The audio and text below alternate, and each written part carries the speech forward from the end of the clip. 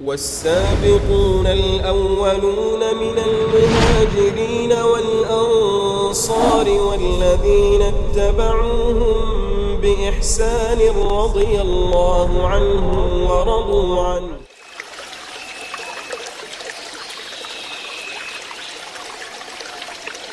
بسم الله الرحمن الرحيم.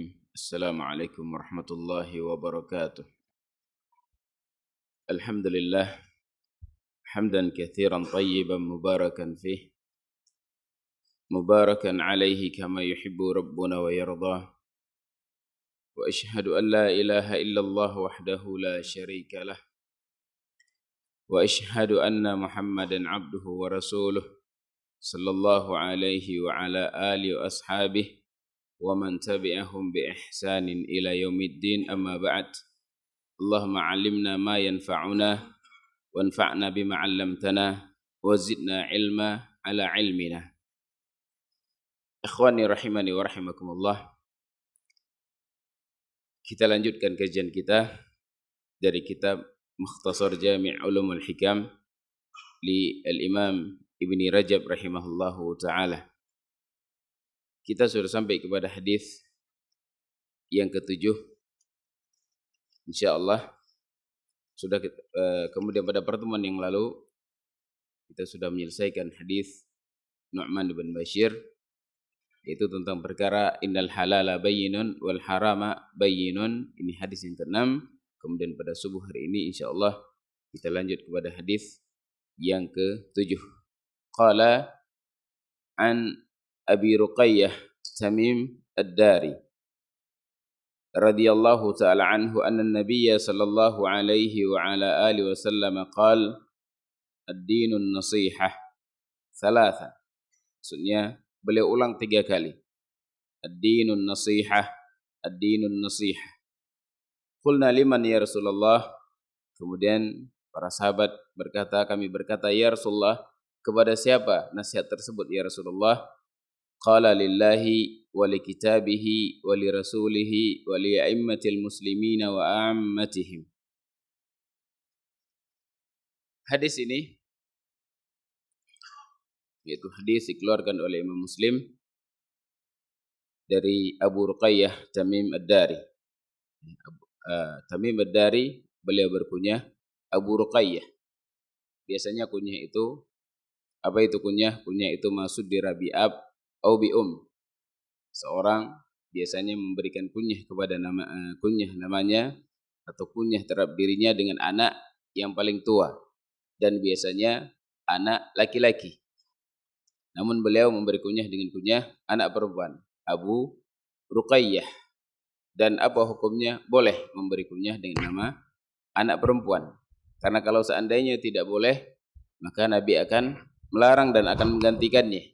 Seperti ada seorang sahabat, ya, kalau seandainya kunyahnya tidak sesuai, Nabi akan mengganti. Demikian juga nama, ketika tidak sesuai, Nabi akan mengganti nama tersebut. Ada seorang sahabat berkunyah Abul Hakam. Ya, kemudian Nabi melarang. Kenapa Nabi melarang? Tidak boleh berkunyah dengan Abul Hakam, karena Hakam itu termasuk dari nama Allah. Dan kenapa kemudian apakah tidak boleh memberi nama anak dengan Hakam atau Hakim? Asalnya boleh. Ya, karena ada sahabat bernama Hakim ibn Hizam. Namun kenapa di sini Nabi merubah kunyah beliau Abul Hakam jadi Abu Syurai'? Ya, ternyata karena beliau adalah seorang hakim di negerinya. Biasanya kaumnya apabila terjadi selisih pendapat di antara mereka, mereka datang kepada Abul Hakam. Sehingga yang memberi kunyah beliau Abul Hakam adalah umat beliau. Nah, kenapa di sini Nabi merubah? Karena dikhawatirkan, ya, nanti Abul Hakam ini, orang ini, karena memang dia dipercaya untuk memutus segala urusan, sehingga dikhawatirkan memiliki sifat sama dengan sifat Allah Subhanahu wa taala, mengandung sifat hakam. Maka pada saat itu Nabi mengganti dengan Abu Syurai'. Kenapa diganti dengan Abu Syurai'? Karena Nabi bertanya, siapa anakmu yang paling tua? Sebutkan Syurai'. Kemudian anta Abu Syurai'. Nah, sini syahidnya, kalau seandainya tidak boleh berkunyah dengan anak perempuan, maka Nabi akan menggantikannya. Walaupun Nabi tidak berkunyah dengan kunyah anak perempuan. Siapa kunyah Nabi? Abul Qasim. Sementara anak beliau perempuan, Fatimah, Zainab, Ruqayyah, Ummu Kulthum. Namun beliau berkunyah dengan Abul Qasim, dan kita tahu bahwasanya beliau tidak punya anak yang bernama Al-Qasim. Baik. Tamim Ad-Dari, kisah ma'rufah, mungkin antum juga pernah dengar, kisah Dajjal yang beliau pernah melihat Dajjal. Ya, kisah disebutkan dengan kisah Jassasah. Suatu hari Nabi sallallahu alaihi wasallam setelah salat fardu berjamaah dengan para sahabatnya, kemudian Nabi naik di atas mimbar sambil tertawa. Kemudian kata Nabi, hendaklah kalian semuanya pada tempat kalian. Ya, dan aku bukan ingin memberi harapan kepada kalian dan juga bukan ingin menakuti kalian. Sesungguhnya aku ingin menceritakan kepada kalian sebuah cerita yang diceritakan oleh Tamim Ad-Dari yang sebelumnya juga aku pernah menceritakan kepada kalian tentangnya, yaitu tentang apa? Dajjal. Suatu hari Tamim Ad-Dari, beliau sebelumnya Nasrani. Ketika beliau melihat Dajjal, beliau dalam keadaan Nasrani. Beliau mengendarai safinah, sedang mengarungi lautan bersama 30 orang sahabat beliau. Kemudian tiba-tiba ombak yang besar ya menimpa kapal yang sedang ditunggangi oleh Tamim Ad-Dari.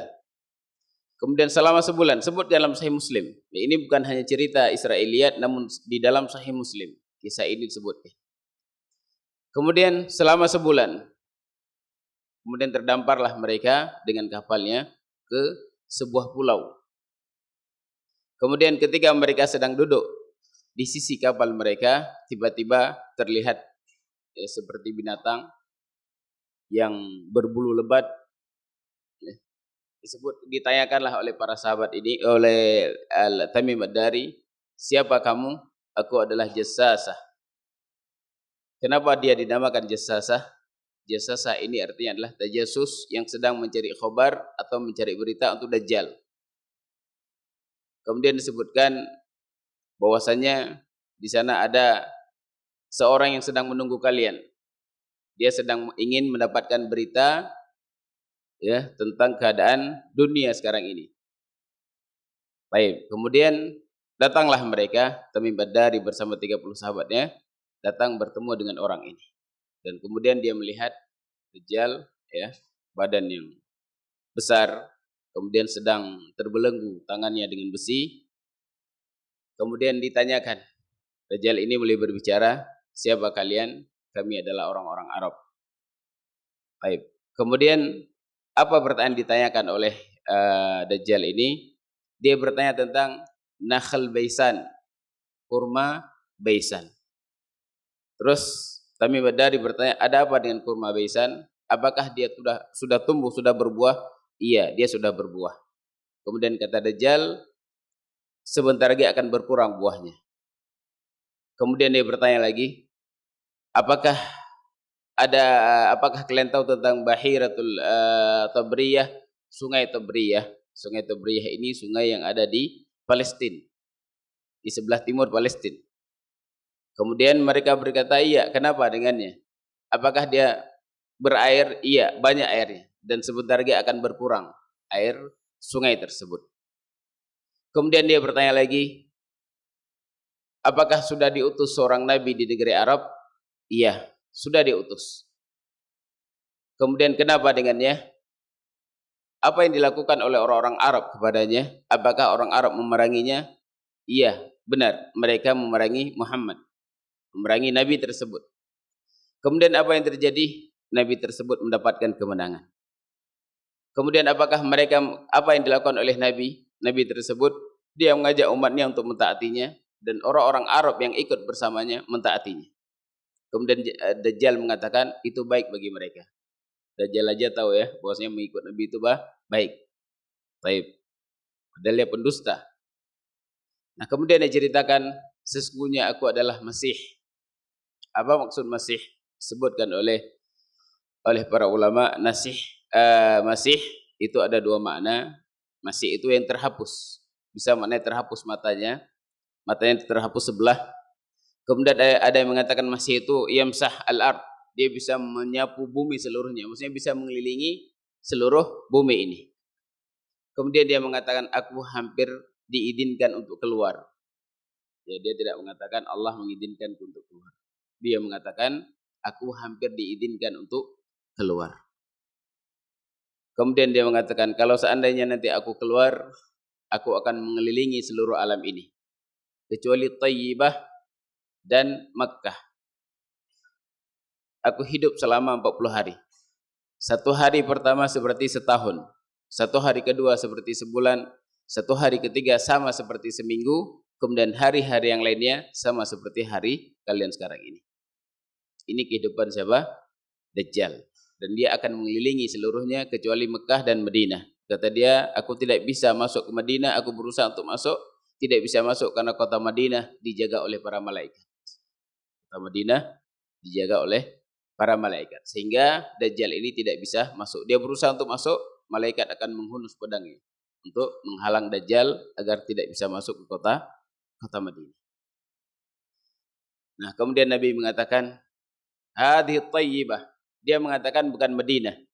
Dia mengatakan Mekah wa Thayyibah. Wa hadhihi Thayyibah, kata Nabi. Inilah negeri Thayyibah, wa hadhihi Thayyibah, wa hadhihi Thayyibah. Kemudian Nabi mengatakan, bukankah kisah ini pernah aku ceritakan kepada kalian? Mereka mengatakan, bala ya Rasulullah, tentu engkau telah menceritakan kisah tersebut kepada kami. Kisah apa maksudnya? Kisah tentang keluarnya Dajjal. Ini ma'ruf ya, seorang sahabat yaitu Tamim Ad-Dari yang pernah melihat langsung Dajjal sedang terbelenggu di sebuah gunung atau di sebuah pulau yang tidak diketahui di mana pulau tersebut. Baik. Kita lanjut. Qala anna Nabiy sallallahu alaihi wa ala alihi wasallam qala, bahwasanya Nabi bersabda, ad-dinun nasihah. Beliau ulang sebanyak 3 kali. Kemudian beliau diam.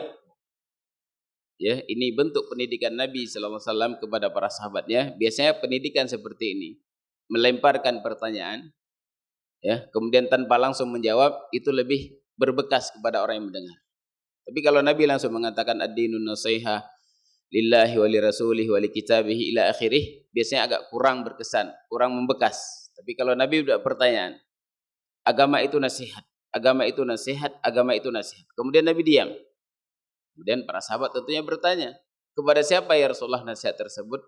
Kemudian baru Nabi menjelaskan, kepada Allah, kepada kitabnya, kepada Rasulnya, kemudian kepada a'immatil muslimin wa ammatihim, kepada pemimpin-pemimpin kaum muslimin dan juga kepada seluruh kaum muslimin. Jadi bukan maksudnya nasihat ilillah di sinilah nasihat untuk Allah, menasihati Allah, bukan. Apa makna hadis ini? Qala Syekh Al-Imam Ibnu Rajab rahimahullahu taala, an-nasihah lillah. Apa maksud nasihah lillah? Nasihah lillah wa tauhiduhu, yaitu mentauhidkan Allah Subhanahu wa taala dengan semua bentuk tauhid. Ya, sebagian mereka mengatakan tauhid terbagi 3, ya, ada yang mengatakan terbagi 4, ada yang mengatakan 2, dan ini tidak ada pertentangan satu dengan yang lainnya. Yang mengatakan 4 itu tauhid, yaitu meyakini adanya Allah yang pertama, beriman kepada wujudillah, beriman kepada asma'illah wa sifatih, beriman kepada rububiyah, tentang ciptaan Allah, perbuatan Allah Subhanahu wa taala, kemudian beriman kepada uluhiyah. Dan ini, ya, sebagian kaum muslimin mereka mengatakan ini adalah buatan Wahabi yang mengatakan tauhid terbagi kepada 3. Ya, pelopor pertama kata mereka Ibnu Taimiyah. Ini keliru, salah. Dan pembagian tauhid kepada 3 itu telah ada di masa Imam Abu Ja'far At-Tabari tahun 200-an 300-an Hijriah. Adapun Ibnu Taimiyah datang pada tahun ke 600-an 700-an Hijriah. Nah, dari mana mereka membagi tauhid kepada 3? Di dalam pembagian tauhid kepada 3 ini bukan karangan dari para imam, namun ini mereka dapatkan setelah mereka melihat Al-Quran, membaca Al-Quran dan membaca hadis, kemudian mereka menyimpulkan bahwasanya tauhid itu tidak lepas dari 3. Ya, ayat, kalau kita lihat semua ayat itu kalau berbicara tentang tauhid tidak lepas dari 3 tauhid. Tauhid rububiyah, ya, tentang perbuatan Allah, bahwasanya Allah Maha menciptakan, yang menciptakan alam semua ini, kemudian yang mengatur seluruhnya, ia menguasai seluruhnya, itu namanya tauhid rububiyah. Kemudian tauhid uluhiyah adalah tauhid di mana seorang hamba itu harus mengesahkan Allah di dalam ibadah. Tidak boleh dia ibadah kecuali hanya kepada Allah. Tidak boleh dia menyerahkan sedikit pun bentuk ibadah kecuali hanya kepada Allah Subhanahu wa taala. Kemudian tauhid asma wa sifat, Allah memiliki nama-nama dan sifat-sifat. Ini tidak keluar dari 3 pembahasan tersebut.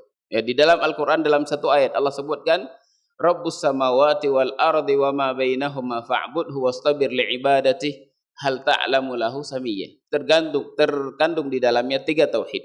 Rabbus samawati wal ardi, tauhid rububiyah. Ia yang menguasai seluruh alam ini, yang menciptakan alam ini. Kemudian fa'budhu wastabir li'ibadatihi, beribadahlah kalian hanya kepadanya, tauhid uluhiyah. Hal ta'lamu lahu samiyya, apakah kalian mengetahui ada tandingan baginya, tauhid asma wa sifat. Baik. Nasihat kepada Allah adalah tauhiduhu, mentauhidkan Allah Subhanahu wa taala. Wa wasfuhu bi sifatil kamal wal jalal, mensifati Allah dengan sifat-sifat yang sempurna dan sifat-sifat yang mulia. Itu wajib bagi kita untuk menetapkan nama-nama dan sifat-sifat bagi Allah Subhanahu wa taala sebagaimana Allah telah menetapkan nama-nama dan sifat tersebut terhadap dirinya. Demikian juga Nabi sallallahu alaihi wasallam telah menetapkan nama-nama dan sifat-sifat tersebut terhadap dirinya. Apa yang telah Allah tetapkan di dalam Al-Qur'an, apa yang telah ditetapkan oleh Nabi di dalam hadis beliau, baik itu yang berkaitan dengan nama-nama Allah dan dengan sifat-sifat Allah, wajib bagi kita untuk menetapkannya dengan tanpa tahrif. Ya, tahrif itu memalingkan maknanya. Imam memalingkan maknanya atau memalingkan lafadznya. Karena tahrif itu banyak. Memalingkan lafadz, ya merubah lafadz, artinya tahrif itu merubah. Ya, seperti firman Allah, wa kallamallahu Musa taklima. Sebagian mereka mengatakan wa kallamallaha. Jadi yang mengajak bicara sini adalah Musa. Namun ayat ini berbicara tentang bahwasanya Allah lah yang mengajak bicara Nabi Musa. Sehingga apa gelar Nabi Musa atau keutamaan Nabi Musa? Gelar beliau adalah Kalimur Rahman. Ya, orang yang diajak bicara oleh Ar-Rahman. Kemudian waja'a rabbuk. Ya, mereka katakan waja'a amru rabbik. Dan yang lainnya, ini termasuk tahrif apa? Lafad. Adapun tahrif makna, merubah makna, Allah mengatakan istawa, ya, mereka mengatakan istaulah. Yad, Allah sebutkan punya sifat yad dalam Al-Qur'an, mereka mengatakan apa? Qudrah. Ini pemalingan yang seperti ini, pemalingan yang tidak ada dalilnya, kemudian juga tidak dipahami oleh para sahabat bahwasanya yad itu bermakna qudrah. Kalau seandainya bermakna qudrah, ya, dalam Al-Qur'an Allah mengatakan lima khalaqtu biyadayya. Allah mengatakan 2 tangan. Kenapa? Wahai iblis, kenapa kamu tidak sujud kepadaku dari apa yang kuciptakan dengan kedua tanganku? Apakah dipahami tangan sini qudrah? Berarti 2 qudrah. Apa 2 qudrah? Qudrah Allah 1. Baik. Dan yang lainnya. Nah, kemudian adapun yang pertama, kita menetapkan bagi Allah nama-nama dan sifatnya seperti yang telah Allah tetapkan dalam Al-Qur'an dan telah ditetapkan oleh Nabi dengan tanpa tahrif dan dengan tanpa ta'til. Ta'til itu menafikan. Baik menafikan seluruhnya atau menafikan sebagiannya. Seperti sebagian kelompok mereka menetapkan nama-nama dan menafikan sifat-sifat bagi Allah Subhanahu wa taala. Ini termasuk mu'attilah. Kemudian dengan tanpa takyif, dengan tanpa kita bagaimanakan. Ketika Allah menyebutkan niat dalam Al-Qur'an, kita beriman. Ya, dengan niat Allah Subhanahu wa taala namun tidak membagaimanakan niat tersebut. Kemudian bila wala tamtsil, juga tidak memithalkan. Apa perbedaan antara tamtsil dan takyif? Kalau takyif itu membagaimanakan namun tidak menyamakan dengan makhluk. Dia hanya mengkhayal bahwasanya Allah itu punya sifat yad, kemudian dia berkhayal. Khayal dengan sesuatu. Tapi dia tidak menyamakan dengan tangan makhluk. Adapun tamtsil menyamakan. Ketika Allah mengatakan yad, mereka mengatakan yad Allah itu sama dengan yad makhluk. Ini tamtsil. Jadi kita dalam menetapkan nama-nama dan sifat Allah Subhanahu wa taala, menetapkan sebagaimana yang Allah tetapkan dan sebagaimana yang ditetapkan oleh Nabi dengan tanpa tahrif dengan tanpa tamthil, dengan tanpa ta'til, dan dengan tanpa takyif. Baik, kemudian wa tanzihu amma yudadduhu wa yukhalifuhu. Kemudian menyucikan Allah Subhanahu wa taala dari semua yang menyelisihinya. Wa tajannubu ma'asihi. Kemudian bentuk nasihat kepada Allah adalah menjauhkan diri dari seluruh maksiat kepadanya. Wal qiyamu bi ta'atihi. Kemudian melaksanakan seluruh ketaatan kepadanya. Wa mahabbihi biwasfi al-ikhlas. Kemudian mencintainya dengan ikhlas. Ya, mencintainya dengan ikhlas apa maknanya? Karena ada sebagian manusia mereka mencintai Allah tidak ikhlas.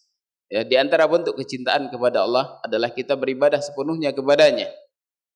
Nah, ada sebagian makhluk yang mereka mengatakan mencintai Allah, namun terkadang mereka mencintai Allah dan juga mereka mencintai selain Allah sama seperti mereka mencintai Allah. Sehingga mereka beribadah kepada Allah dan mereka juga beribadah kepada selain Allah Subhanahu wa taala.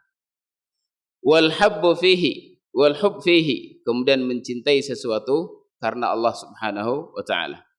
Wal bughdhu fihi, dan juga membenci sesuatu karena Allah. Benci dan cinta ini sudah lewat hadisnya, sudah lewat pembahasannya dalam hadis yang lalu. Wa jihadu man kafara bih, kemudian memerangi orang-orang yang kufur kepadanya.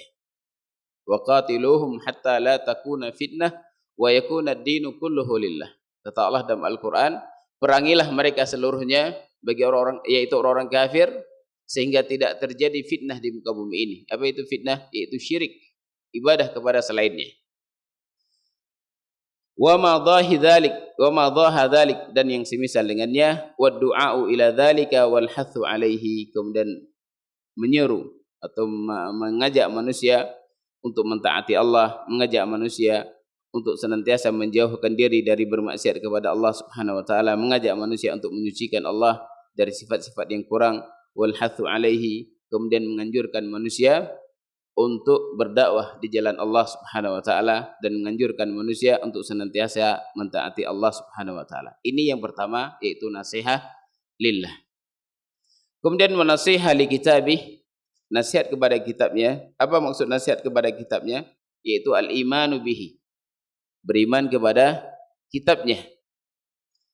Wa ta'dhimuhu, kemudian mengagungkan kitabnya. Wa tanzihuhu, dan menyucikan kitabnya. Wa tilawatu haqqa tilawatih, kemudian membaca kitabnya dengan sebenar-benar tilawah, membaca dengan penuh perhatian, membaca penuh dengan sesuai dengan makhraj atau sesuai dengan kaidah tajwid, berusaha untuk mempelajari tajwid dan membaca dengan bacaan yang benar. Wal wuquf ma'a awamirihi wa nawahi, kemudian senantiasa melaksanakan apa yang diperintahkan oleh Al-Quran dan senantiasa meninggalkan apa yang dilarang di dalam Al-Quran. Karena sebagian manusia, ya, mereka menjadikan Al-Quran ini hanya untuk mencari barokah, ya. Malah sebagian yang lainnya mereka jadikan Al-Quran ini untuk mereka mencari dunia, para qari. Dan ini bukan membaca Al-Quran dengan sebenar-benar membaca. Dan orang seperti ini, dia tidak mendapatkan kecuali apa yang dia inginkan. Kalau seandainya dia inginkan dunia, maka dia hanya mendapatkan dunia dari Qur'annya dan dia tidak mendapatkan balasan apapun di akhirat. Sementara Al-Quran itu bisa menjadi apa? Syafaat nanti di hari akhirat. Iqra'ul Qur'an fa innahu ya'ti yaumal qiyamah syafi'an li qari'ihi atau li sahibihi. Bacalah Al-Quran, sesungguhnya Al-Quran itu akan datang pada hari kiamat, akan menjadi syafaat bagi orang yang membacanya. Nah, berarti kalau orang membaca Al-Quran dalam rangka untuk mencari dunia, dia tidak akan bisa mendapatkan syafaat dari Al-Quran tersebut. Terkadang sebagian orang membaca Al-Quran, namun amalan yang mereka lakukan itu berbeda dengan Al-Quran. Al-Quran di satu tempat, kemudian amalan mereka di tempat yang lainnya. Seharusnya orang yang membaca Al-Quran itu memperhatikan apa yang diperintahkan oleh Allah dalam Al-Quran, kemudian apa yang Allah larang dalam Al-Quran, bagaimana tata cara ibadah yang Allah wajibkan. Demikian seharusnya kita lakukan. Kalau mereka mengakui bahwasanya mereka para pembaca Al-Quran. Ini sekarang Al-Quran sendiri, mereka sendiri. Tidak pernah mereka lihat amalan yang mereka lakukan tersebut apakah sesuai dengan Al-Quran atau tidak. Itu berarti bukan orang yang memberikan nasihat kepada Al-Quran. Baik, kemudian kata beliau wa tafahhumu ulumihi, kemudian memahami ilmu yang ada di dalam Al-Qur'an. Wa tadabbur ayatih, kemudian tadabbur, tafakkur dengan ayat-ayat Al-Qur'an. Wa du'a'u ilaihi, dan menyuruh manusia kepada Al-Qur'an. Wa dabbu tahrifil ghalin wa ta'nil mulhidin, kemudian membela Al-Qur'an atau menghalangi orang-orang yang ingin merubah Al-Qur'an dan menghalangi orang-orang yang ingin mencela Al-Qur'an. Qala wa nasihah li rasulih, kemudian nasihat kepada rasulnya adalah qaribun min dzalik, kata beliau sama, dekat, sama seperti nasihat li kitab, yaitu al-imanu bihi, beriman kepada Nabi sallallahu alaihi wasallam, wa bima jaa bih, dan dari apa yang beliau bawa, baik itu Al-Qur'an maupun sunnah. Sunnah juga wahyu. Wa ma yantiqu 'anil hawa in huwa illa wahyun yuha. Ya, Nabi tidak pernah mengucapkan sesuatu dengan hawa nafsunya, akan tapi apa yang beliau ucapkan itu merupakan wahyu dari Allah Subhanahu wa taala. Ya, wahyu yang Allah bimbing nabinya, iman dengan makna, kemudian Nabi mengucapkan ucapannya berbeda dengan Al-Qur'an. Kalau Al-Qur'an itu lafaz langsung. Lafaznya dan maknanya dari Allah Subhanahu wa taala. Adapun wahyu sunnah itu merupakan ilham, atau di sini merupakan wahyu makna yang Allah bimbing nabinya, sehingga Nabi berbicara dengan pembicaraan yang itu sudah sudah muayyad dengan wahyu, sudah dikuatkan dengan wahyu, namun bukan Al-Qur'an. Sehingga apapun yang diucapkan oleh Nabi itu merupakan wahyu. Ya, sunnah itu wahyu, demikian juga Al-Qur'an wahyu. Baik, dan kita beriman seluruhnya dari apa yang beliau bawa. Wa tuqiruhu wa tabjiluhu, kemudian mengagungkan, memuliakan beliau, menghormati beliau. Wa tamassuku bi ta'atih, kemudian senantiasa berpegang teguh untuk senantiasa mentaati beliau. Wa ihya'u sunnatih, kemudian berusaha untuk menghidupkan sunnah beliau. Wastitharatu ulumiha wa nashruha, kemudian nasyat, semangat di dalam mempelajari ilmu sunnah dan menyebarkan sunnah. Wa mu'adatu man adahu wa adaha, kemudian memusuhi orang-orang yang memusuhi beliau dan memusuhi orang-orang yang memusuhi sunnah beliau. Wa muwalatu man walahu wa walaha, kemudian mencintai, berloyalitas kepada orang-orang yang mencintai beliau dan kepada orang-orang yang mencintai sunnah beliau. Wa takhalluq bi akhlaqihi, kemudian berusaha untuk berakhlak dengan akhlak beliau. Wa ta'addub bi adabihi, dan beradab dengan adab beliau. Apa beda adab dengan akhlak? Kalau akhlak itu adalah tabiat yang ada pada seseorang, dan tabiat ini, akhlak ini, ada yang tabiat, ada akhlak yang bisa diusahakan, muktasab. Ya, ada akhlak seseorang itu memang sudah demikian lahirnya, tabiatnya demikian, sopan santun dan yang lainnya, punya akhlak yang mulia. Terkadang akhlak itu bisa diusahakan. Adapun adab ini adalah, adab itu hasil dari akhlak seseorang. Itu beda dengan adab dengan akhlak. Kata beliau sini, hendaklah kita berusaha untuk berakhlak dengan akhlak Nabi, kemudian beradab dengan adab Nabi. Wa mahabbatu alihi wa sahabatihi wa nahwi dzalik, kemudian mencintai keluarga beliau, ya, dan mencintai para sahabat beliau. Ini juga sebagai bentuk nasihat kepada Rasul sallallahu alaihi wasallam. Sedikit lagi, kemudian kata beliau, wa nasihatu li a'immatil muslimin, kemudian nasihat kepada para pemimpin kaum muslimin. Bagaimana bentuk nasihat kepada mereka? Muawanatuhum 'alal haqqi, yaitu bertolong-menolong dengan mereka di dalam perkara yang hak. Wa ta'atuhum fihi, kemudian mentaati mereka dalam perkara yang hak. Kalau seandainya mereka memerintahkan yang hak, maka harus kita taati. Kalau mereka memerintahkan kepada yang mungkar, maka di sini tidak wajib untuk kita taati. Namun bukan berarti kita boleh mengangkat pedang, ya, boleh untuk memberontak kepada mereka, tidak. Berusaha untuk mentaati mereka dari perkara yang hak yang mereka anjurkan. Wa tadhkiruhum bihi, kemudian mengingatkan mereka para penguasa dengan hak. Wa tanbihuhum fi rifqin wa lutfin, kemudian memberikan peringatan kepada mereka, memberikan nasihat kepada mereka dengan lemah lembut. Wa mujanabatu wuthubi alaihim, kemudian berusaha untuk tidak berontak kepada mereka.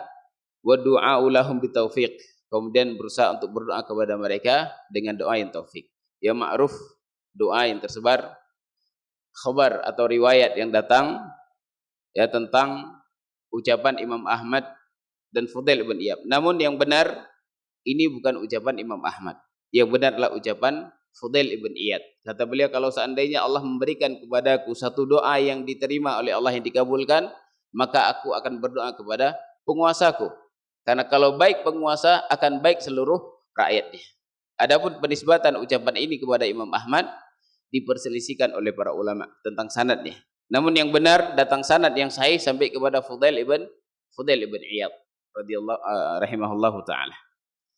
Baik, qala kemudian yang terakhir wan nasihah li'ammatil muslimin, nasihat kepada seluruh kaum muslimin, irsyaduhum ila masalihim, yaitu membimbing mereka kepada maslahat terhadap mereka. Wa ta'limuhum umur dinihim wa dunyahum, mengajari mereka tentang perkara agama mereka dan tentang perkara dunia mereka. Wasitru auratihim, kemudian berusaha untuk menutup aib-aib mereka, tidak membongkar aib mereka, ya, tidak menceritakan kejelekan mereka. Kalau kita sayang kepada mereka, berikan kepada mereka nasihat. Jangan ceritakan kejelekan kaum muslimin di belakang mereka. Ini termasuk ghibah. Dan Allah mengatakan ghibah itu sama seperti apa? Memakan daging saudaranya yang telah mati. Kemudian wa nusratuhum ala a'daihim, kemudian menolong mereka dari musuh-musuh mereka. Wadzabu anhum, kemudian terus membela mereka. Wa mujanabatul ghash, kemudian berusaha untuk tidak bersikap curang kepada kaum muslimin. Wal hasad lahum, kemudian tidak hasad kepada mereka. Wa an yuhibba lahum ma yuhibbu li nafsihi, dan berusaha untuk mencintai kepada mereka apa yang dicintai terhadap dirinya. Kita mencintai kebaikan kepada diri kita. Mencintai kesenangan, kebahagiaan. Demikian juga kita juga cinta kesenangan tersebut, mencintai kaum muslimin agar mereka senang, mencintai kaum muslimin agar mereka berbahagia.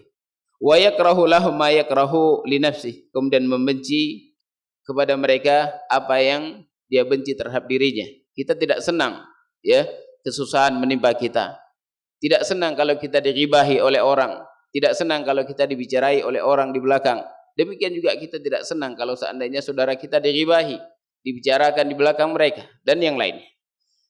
Wa masyabaha dzalik, kemudian kata beliau, dan apa-apa yang semisal dengannya, selama itu bentuk nasihat ya, membimbing kaum muslimin, ia berusaha untuk mengarahkan mereka kepada kebaikan, dan ini adalah bentuk nasihat kepada ammatil muslimin. Taib, ini akhir dari pembahasan hadis ini. Insyaallah kita lanjutkan pada pertemuan yang akan datang. Itu hadis yang ke-8, hadis Umar bin Khattab radhiyallahu taala anhu, tentang Nabi menyebutkan bahwasanya aku diperintahkan untuk memerangi manusia sampai mereka mengucapkan la ilaha illallah. Subhanakallahumma bihamdik asyhadu an la ilaha illa anta astaghfiruka wa atubu ilaik. Wassalamualaikum warahmatullahi wabarakatuh.